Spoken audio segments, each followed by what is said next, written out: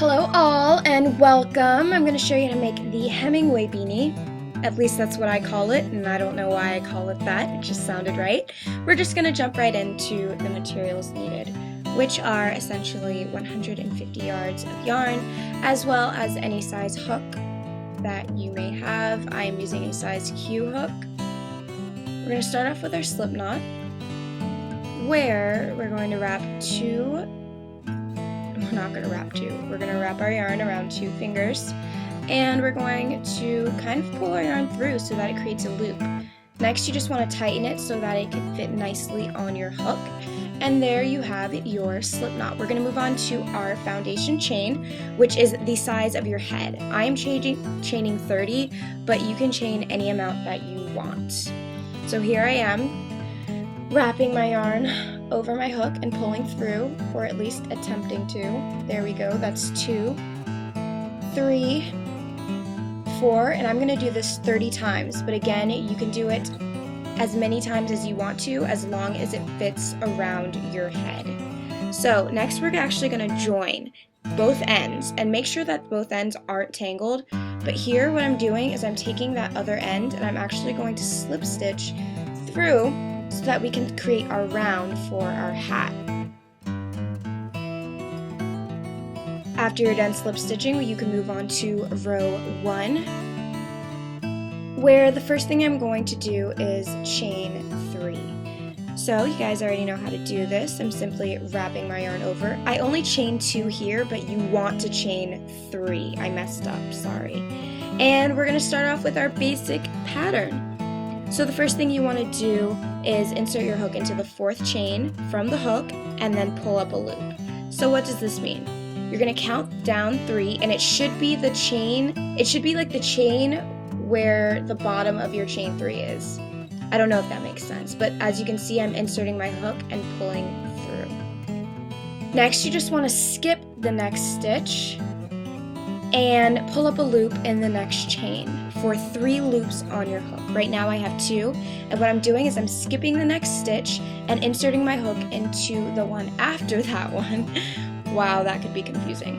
And then I am going to yarn over and pull through all 3 loops on my hook. So there I am, yarning over, and I'm just going to pull through all of those loops. If you're still confused, just watch and we'll continue on. Next, you just want to chain 1 and repeat this pattern in the same way that I just showed you. Okay, so we're just going to move on, and this is in slow motion for your liking. As you can see, I'm actually inserting my hook into that same place that I ended in. So the same chain that you ended in, you want to start with. Next, I'm skipping and inserting my hook into the chain after the skipped chain. I have 3 on my hook, and then I'm going to yarn over and pull through. Afterwards, I'm going to chain 1,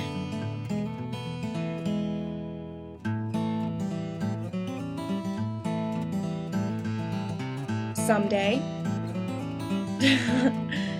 Oh my. There we go. And I'm chaining 1, and I'm still inserting my hook into that same space that I ended with. So I'm not going on to the next chain. Instead, I'm working out of that same stitch. So there I am, inserting my hook, pulling through 1. I have 2 on my hook, skipping 1, and inserting into that next chain, yarning over, pulling through all 3 loops, and then chaining 1. And this is our basic pattern, and it does not change throughout the entire piece of work. I cannot express how important it is to actually work in the same loop that you ended in, rather than working in the next chain for, I guess you could say, the next set of your pattern. I'm sorry if that doesn't make sense, but please watch, and it should probably make sense visually.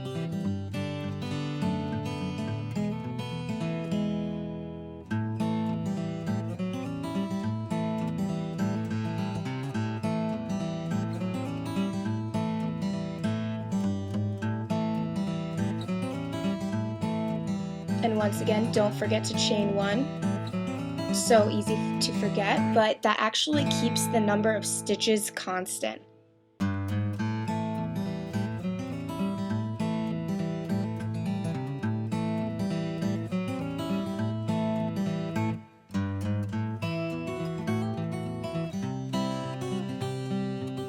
So as I approach the end of the row, I'm still doing the exact same thing. This is kind of out of focus. Oh, there we go. Yay! As you can see, I'm at the end of my row, and I'm going to do the exact same thing. When you get to the end of your row, you've known that you've done things correctly when you have 2 chains left. Okay? I have 3 on my hook, and what I'm going to do is I'm going to yarn over and pull through. And then chain 1 at the end. Next, I'm going to join my row with a slip stitch into the chain 3 space. There we go. And I'm just going to slip stitch into the space. And I can start row 2, where we're going to start off once again by chaining 3 at the beginning of each row. Please don't forget to chain 3 at the beginning of each row, it's vital. And then we're just going to repeat our basic pattern. If you're confused, you can always rewind or even ask me questions in the comments. I am always here to reply. As you can see, I'm working into the 4th chain from the hook, which is basically the thing or the space that the chain 3 is kind of coming out of. I'm skipping a chain and I'm working into the next space. Another thing to remember about this pattern is that you're not working into the chains exactly, you're actually working into the spaces. So as you can see, you're going to have bigger spaces than others, and it's more than likely then you're going to work inside the big spaces rather than the small spaces. So just remember that those V's that you're making are actually the chains that you're skipping. So as you can see, I'm inserting into that same chain that I was working out of, skipping that V and inserting into the next big space. Chaining 1 at the end of my pull through 3 loops, and I'm just starting right over again. The pattern is really basic. It's actually called the pineapple stitch, and I will link it, or link where I got the pattern at least, in my description bar, so in case you're confused, you can always go there as a reference.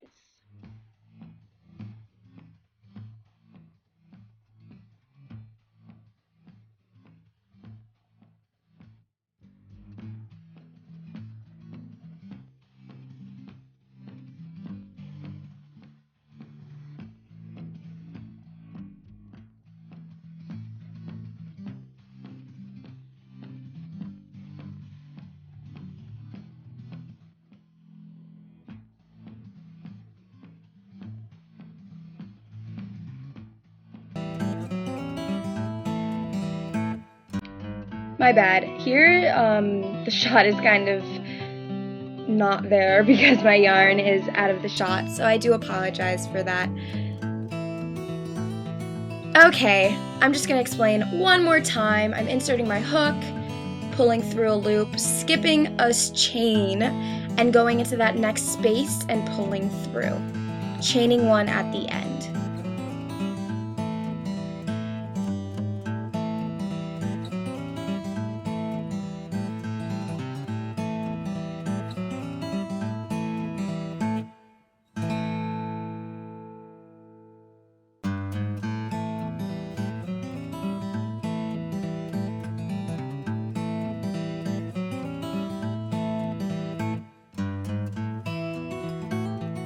See there, if you ever mess up, you can always just undo it and go back.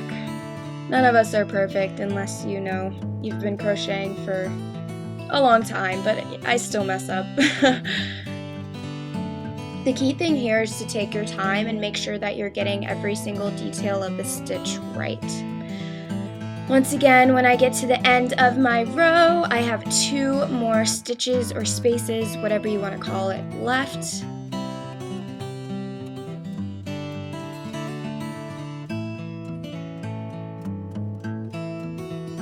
I'm going to skip that V or small space and I'm going to insert into the next big space. I have 3 loops on my hook.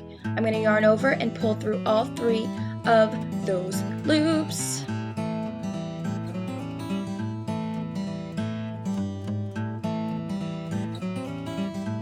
Chain 1.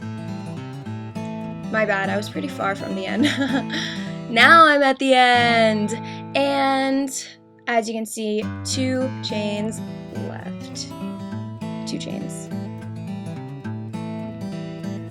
Pull through all 3, chain 1. Just because you're at the end of the row, that does not mean that you don't have to chain 1. Next, I'm going to slip stitch into that chain 3 space, and we can finally move on to rows 4 to 15. Now you can do as many rows as you want, but I am doing 15. Before I leave you guys on your own, I just want you to remember these things. Take a second to pause here, read it, and enjoy it, I guess.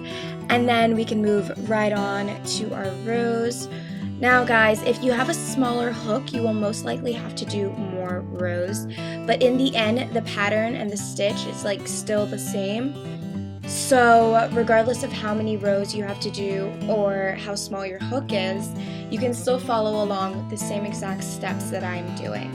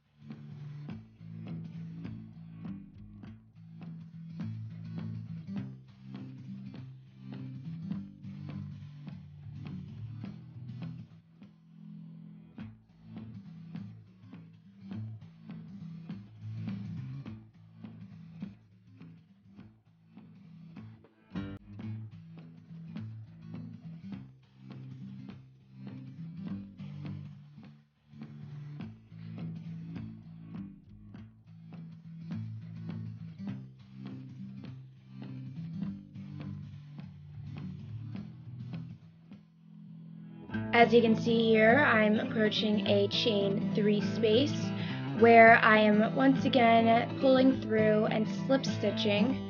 So not yarning over again, but instead pulling my loop through. And what I'm going to do is I'm going to chain 3 and actually move on to my last row. How fun! Where I'm not inserting my hook into that chain 3 space, but rather the space afterwards. This is just to keep the continuity. And I have 3 loops on my hook, and I'm pulling through all 3 and chaining 1.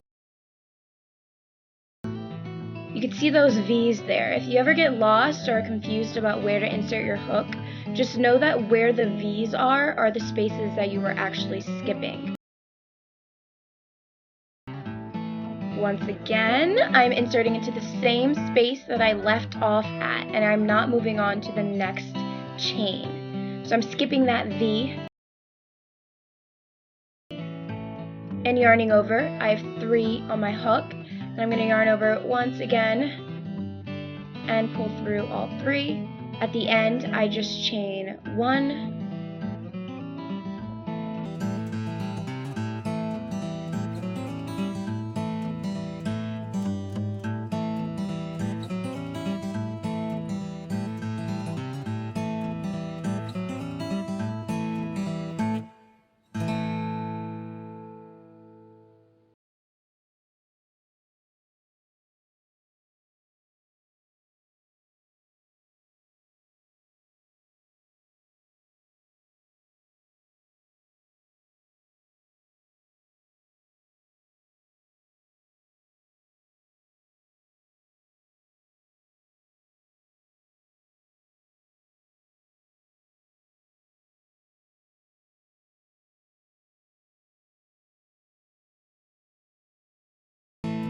once again my last chain 3 space where I'm slip stitching. And to finish off, what I'm going to do is I'm going to pull through and and chain 3 once again.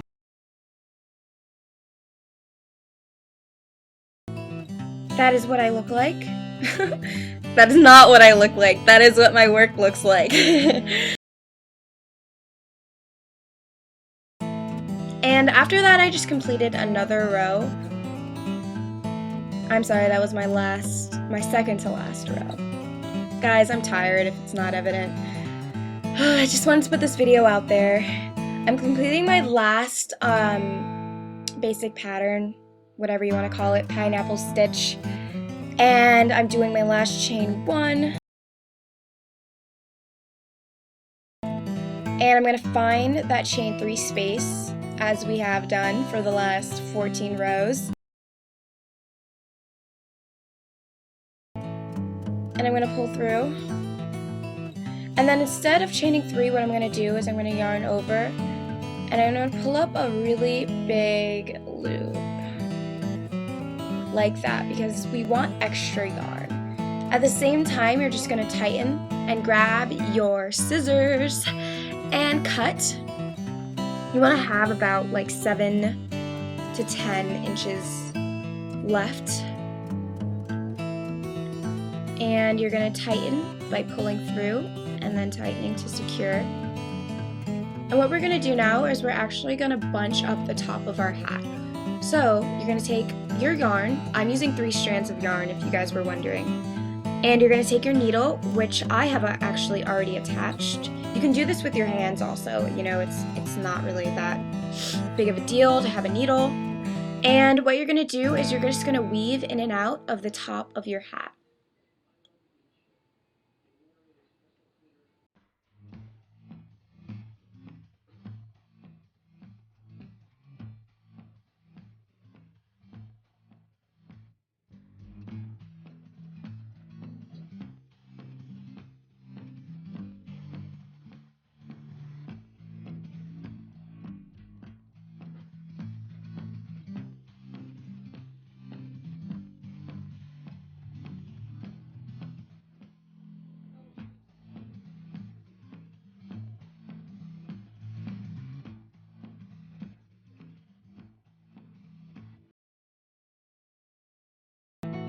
Once you've weaved, you can actually just start to tighten your hat. And it should look really bunched up and weird. But what you want to do afterwards is actually insert your hook like through the middle. As you can see, I'm making it really, really tight before I actually move on, just so that I can know that it's secure. So this is what I was talking about. You want to put your needle through the middle so that it actually kind of secures it even more. Then you can actually tie a knot with your needle, just to make sure it's extra secure. We like being secure, don't we?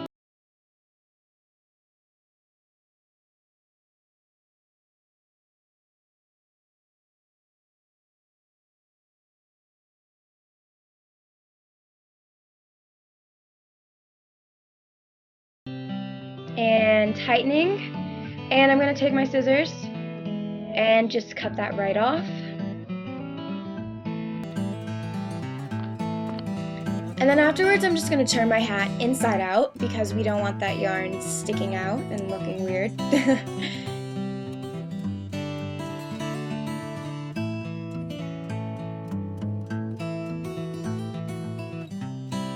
And I'm going to go to my other side where I first started, and if you have yarn there, you can either choose to cut it off, but what I'm doing is I'm kind of just weaving it into the hat so that it doesn't show, mainly because cutting it off makes it look rough, in my opinion.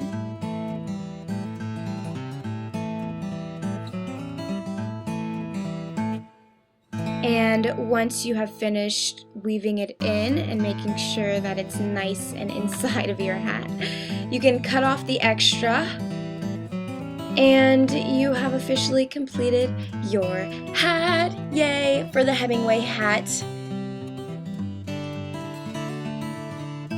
Guys, I really hope you enjoyed this video. Ask me questions in the comments and subscribe. Please subscribe for more videos. Yay, we're done, we're done, we're done. Thank you so much for watching.